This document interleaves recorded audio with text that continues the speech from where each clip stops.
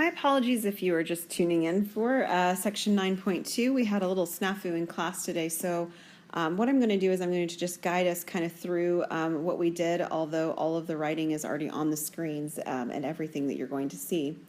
So to start with, in this section we're going to be talking about series, and series are defined by the sequences that we were looking at in section 9.1. So our first definition says that if we have a sequence a sub n, and it's an infinite sequence, then if we were to add the terms of the sequence all together, so the summation from n equal 1 to infinity of the terms a sub n, that this is what we would call an infinite series. And reality is we just call it a series. So when we say series, we're going to mean something that's infinite. And we call the numbers A1, A2, and so forth, we call those the terms of the sequence or the terms of the series. And we need to define one other kind of piece of information and think about it this way. So for the series, the summation from n equal 1 to infinity of a sub n, we define something called the nth partial sum, that if we add the first n terms together, that will be capital S sub n. This actually creates a sequence. So if we were to write down S1, it would be the first term. If we write down S2, it's the sum of the first term and the second term.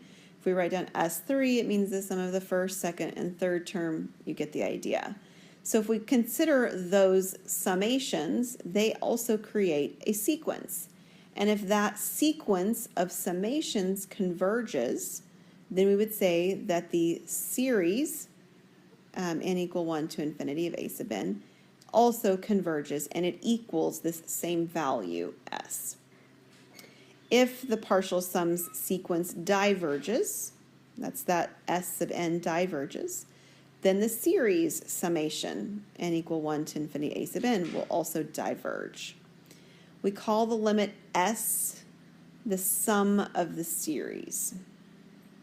All right, so we're going to spend the rest of, just pretty much the rest of our time in Chapter 9 talking about series, different types of series. So what you're going to see us do at this point is talk about some very specific types of series.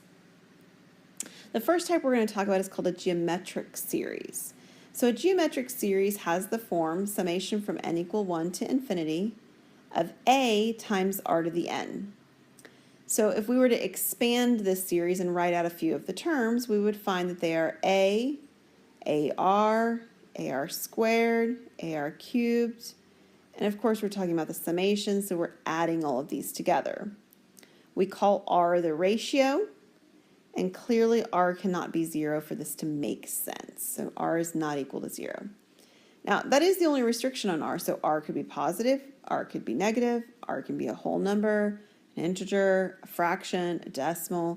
R can be anything, just not 0.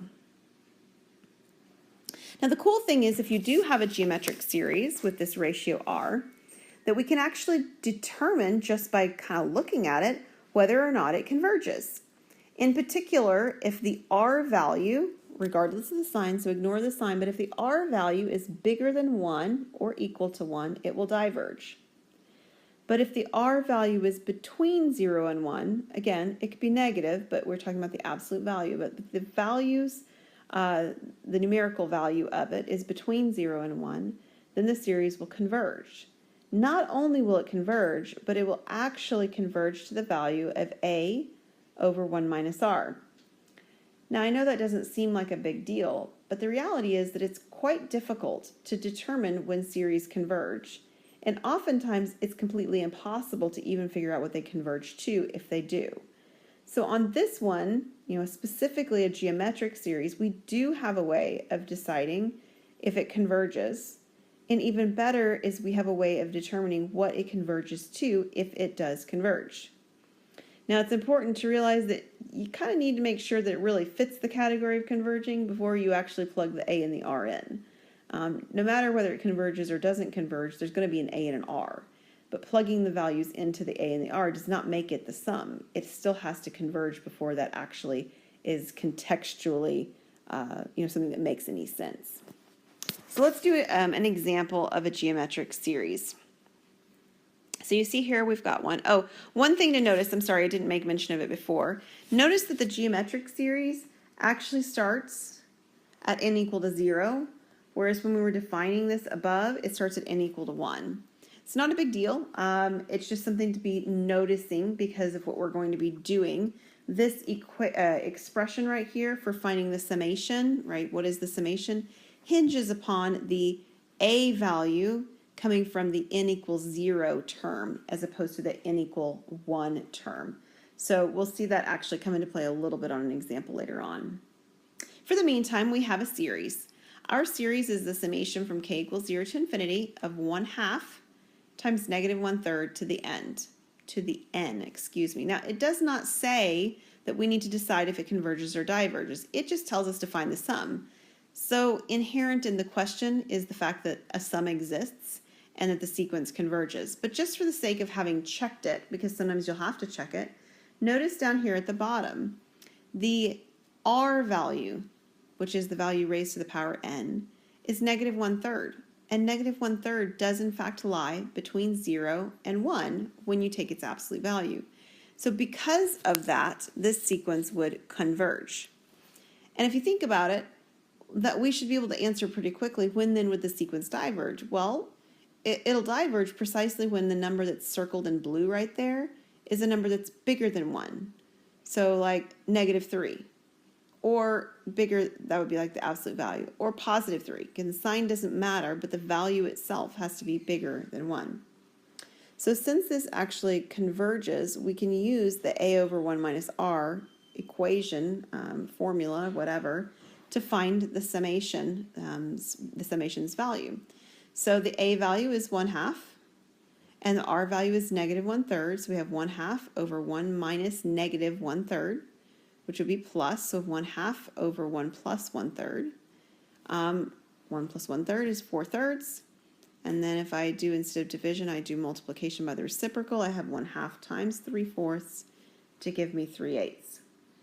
It's a little bit counterintuitive. I mean, this is an infinite series, right? It's infinite.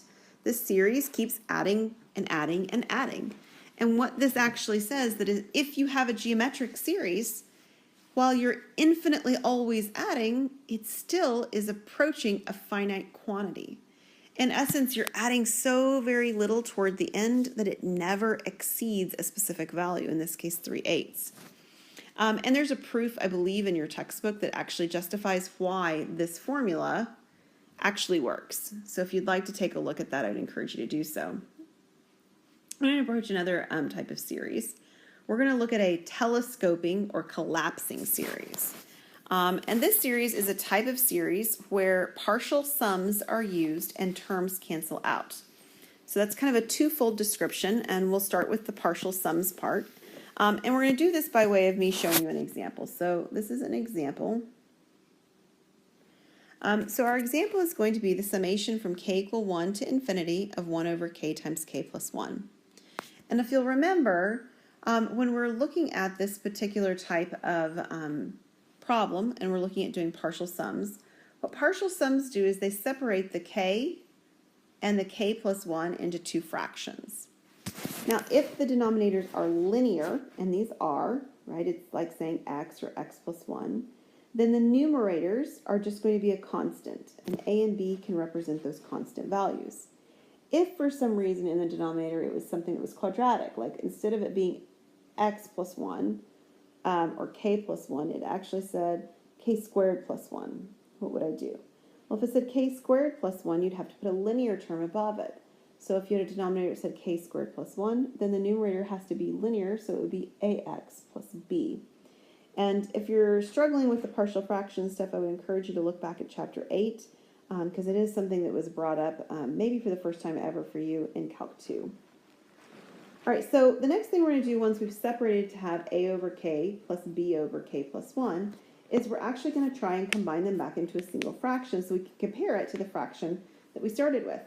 So if I get a common denominator, I would multiply the first fraction by k plus 1 over k plus 1 and the second fraction by k over k. And I would end up getting in the numerator a times the k plus 1 and b times the k with the same denominator. Now, once that I have the denominators the same, it's kind of cool because I can can ignore them actually. And I can just focus on the numerator. So the numerator on the left is a 1. The numerator on the right would end up being AK plus A plus BK because we can distribute the A through, clean it up a little bit. Now there's two types of values in this equation. One type of value are my constants, my numbers. And contrary to what you might think, that's a number sign, not a hashtag, it's a number sign. All right, so we've got numbers. The other thing we have are our linear variables, in this case, a k, everything that has k attached to it. So on the left, the numbers are 1. And on the right, the number or numbers are a. So this actually tells me that I know that 1 on the left is equal to a on the right. Now, in terms of the k terms, I have 0 k's on the left, so it looks like it says OK, like Oklahoma. It's not, it's 0 k's. And on the right, I have AK plus BK. Okay, but again, there's k's in all the terms, so they can, practically speaking, be ignored to leave us with 0 on the left and A plus B on the right. But since A we know is 1, that means B would have to be -1 to add those two together to get 0. So finally, what I have found out then is that this expression I have up here is correct. A is 1, so this is 1 over k. B is -1, so this is subtraction of 1 over k plus 1. So we've kind of dealt with the partial sums part of the description or context of what's going on. But the next thing we need to do is we need to deal with the telescoping part. What does it mean? Well, if we write out a few terms, what you'll see is that I have k equal to 1, right? So it starts with 1. So I go k is 1, and so then I'd have 1 over 1 minus 1 over, and then I have k plus 1 in the denominator, so that'd be 2. So I have 1 over 1 minus 1 over 2. And then I plug in the number 2. Well, that gives me 1/2. And this would be minus, and then it'd be 1 over 2 plus 1, so 3, 1/3. And then if I do it again, I put in k equal to 3. I have 1 over 3 minus, and then 1 over 4. And if you take a look, the cool thing that happens is you see pairs of things start to show up. You can notice in my blue circles, they both said 1/2, but one's positive and one's negative, so they add to 0. And in the yellow, they add up. I have one positive and one negative, so when I add them together, they go to 0. And this will happen indefinitely. So the only thing I'm left with is the 1 over 1 at the beginning, which is then the answer of 1.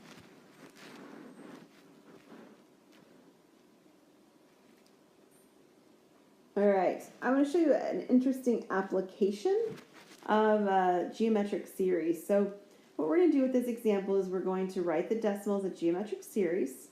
And the second thing is that we're going to write it as the ratio of two integers. All right, so if I have 0.36 repeating, we all know that that means 0.36363636 forever. So what I'd like to do on part A is to change this into a geometric series. And there's more than one way to do this. By the way, the one I've got on the screen right now is certainly not even maybe the best way to do it. It's just an option. So if I only consider the first 36 written down, 36, it's actually landing and ending in the hundreds place. So this is 36 over 100. Now the 36 that's in sort of that boxed in yellow color is still 36. But now it's divided by its place value. And if you count 2 to the right, after 100s, you get 1,000s, you get 10,000. So it's 36 over 10,000. And if you move again to the red box on the right, that would again be 36, but that would then be in the millions spot. So this process would continue indefinitely, right? And we take a look at what happens, next. So it might be good to notice that the denominators are actually powers of 10. You could even say they're powers of 100, which would be fine, and if you want to do it that way, that would work. I chose to look at it as powers of 10. 100 is the same as 10 squared. 10,000 would be the same as 10 to the 4th. A million is 10 to the 6th, and so on. So what we want to do is we want to write a general term for what's happening here. So yeah, there's a 36 and everything, so I'm just going to write the 36 down. It's not going to change, but the denominator changes every time. In fact, it goes up by a power or by a multiplication factor of 100, or 10 squared. So there's the 10 squared that you see in the denominator, and the reason it's n, of course, is because you're going to have to do this for all of the terms from n equal to 1 to infinity that you're seeing above. So this would actually be one of the ways that you could deal with this particular problem of turning this into a geometric series. Now, part B is a little different. Part B wants us to take either the geometric series or the original expression, whatever works, and figure out what the summation actually would be. What is the summation that will allow us, in terms of integers? So the summation process will allow us to find those sums of integers. So if we take a look at what we have, we actually see that our n value started at 0 or 1 right here, right? And for a geometric series, it needs to start at 0. So if I rework the problem slightly so that n is starting at 0 to infinity, then that actual first piece I can write down is that this is 36 over 100, or over 10 squared. Because if you notice, if I plug in n equal to 0, the fractional part at the end is going to go away, and all I'm left with is 36 over 100, and that is indeed my first term of this sequence right here, right? It is 36 hundredths, right? Here, there we go. So 36 over 100 as an initial term, the a term, makes a lot of sense. And the ratio that we're getting at the end is actually 1/100th, or 1 over 10 squared, to the n. And the n would then be your 100, as you're looking for an example there. So I can find the summation. I have the numerator is the a value, which is 36 over 100. The denominator is 1 minus r, so it's 1 minus 1 over 100. And then if I multiply by 100, just to kind of get rid of the double fractions thing going on, I end up with 36 on top. And if I subtract, I end up with 99 on bottom. And if I reduce, I'm going to end up reducing it down to 4 out of 11.